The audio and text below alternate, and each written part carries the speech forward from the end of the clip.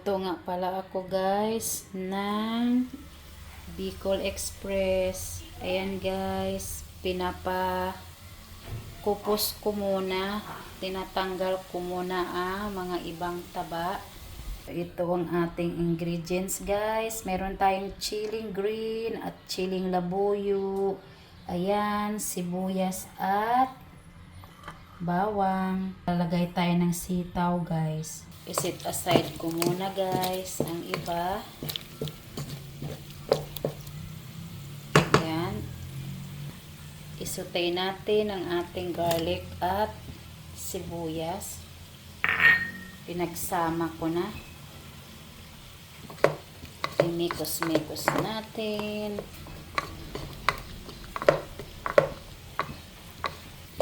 Ayan, ihalo-halo natin. Halo-haloin natin.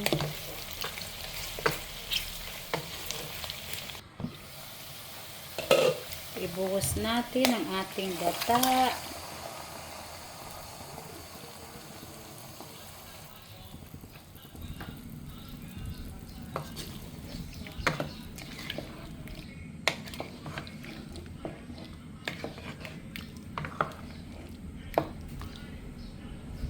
Maglagay tayo ng pepper. Maglagay tayo ng pampalasa.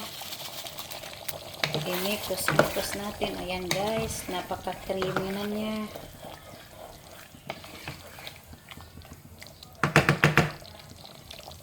Super creamy na guys. Lagay natin ang ating chili. Ayan, mas maanghang, mas malinamnam, mas imikos-mikos natin.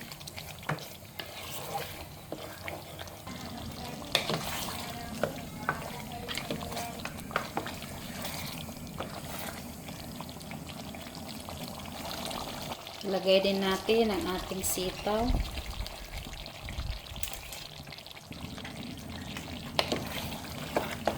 Ayan, imikos-mikos natin.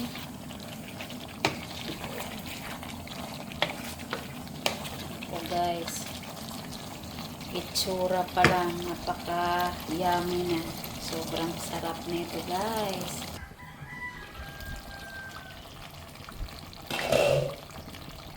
Maglagay tayo ng 2 teaspoon na brown sugar panglaban sa anghang.